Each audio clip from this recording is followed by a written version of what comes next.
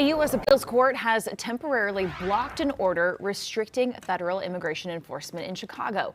The three-judge panel argues that the lower court judge overstepped when she imposed strict and wide-reaching restraints on how agents can interact with protesters and journalists. That order banned agents from using certain riot control techniques, such as tear gas.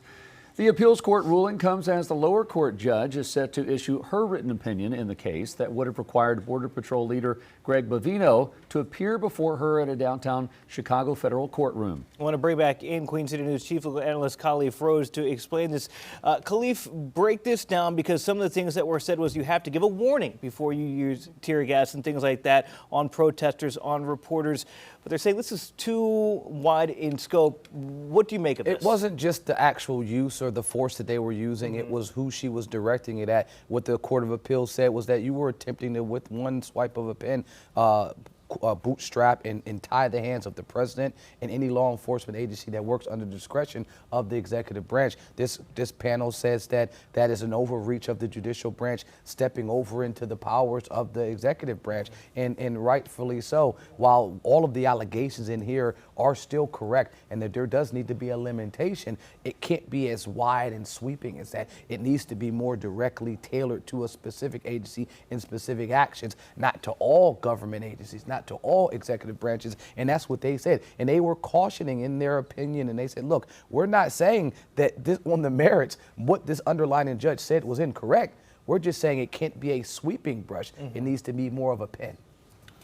Do the federal badges give those agents carte blanche and immunity on city streets to kind of do whatever, however? I would say that doesn't give them carte blanche. I mean, they're just like any other law enforcement agency, or I should say supposed to be, where they have, if they violated your due process rights, if they violated you with excessive force, then yes, you have an opportunity and you should have recourse to bring some type of claim. And we got to talk about what this interaction is, as Annie mentioned in the opening, limiting their ability and how they can interact with folks. We're talking about tear gas. In Charlotte, Mecklenburg County is no stranger to this specific issue. 2020, I'll take you back to it. In the protest that we were having in the wake of George Floyd, they were on the streets, and our own law enforcement agencies were using tear gas to what they call kettle folks, to corner them off and place them in certain locations. And what did our judges here do? Superior Court Judge Karen Edie Williams, who I would consider a friend, told CMPD, you guys can't do that. That is illegal and is unconstitutional, and you should stop doing that unless you feel some imminent fear of bodily harm or some threat. And so I'll take it back to Chicago. Bovino said, hey, we were threatened. Actually, I was hit with a rock. Well, that was a lie, because they had it on video, and he had to come back and tell the court, you know what?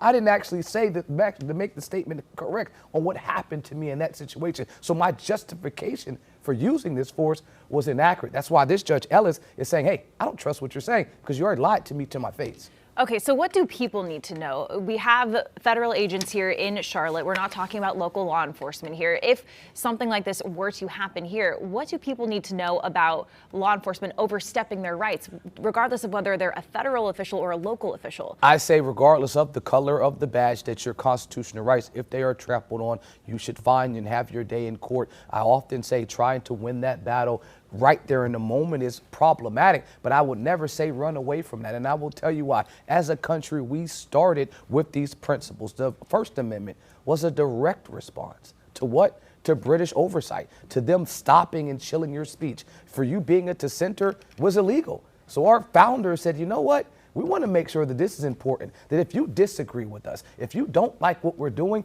you as a citizen should have a right to speak on it without fear of repercussion. This is the same thing. Protest is a form of speaking. And so if you're in the middle of protesting, if you're out there seeing agents and you do want to talk about what's happening, you should be able to do it without fear for repercussion. Now, in real time, what does that look like? Oftentimes it may be you be detained unlawfully, illegally, and then file suit later. And if you go that route, recognize that there is a mechanism to some end game. It just may be, the immediate may not be comfortable.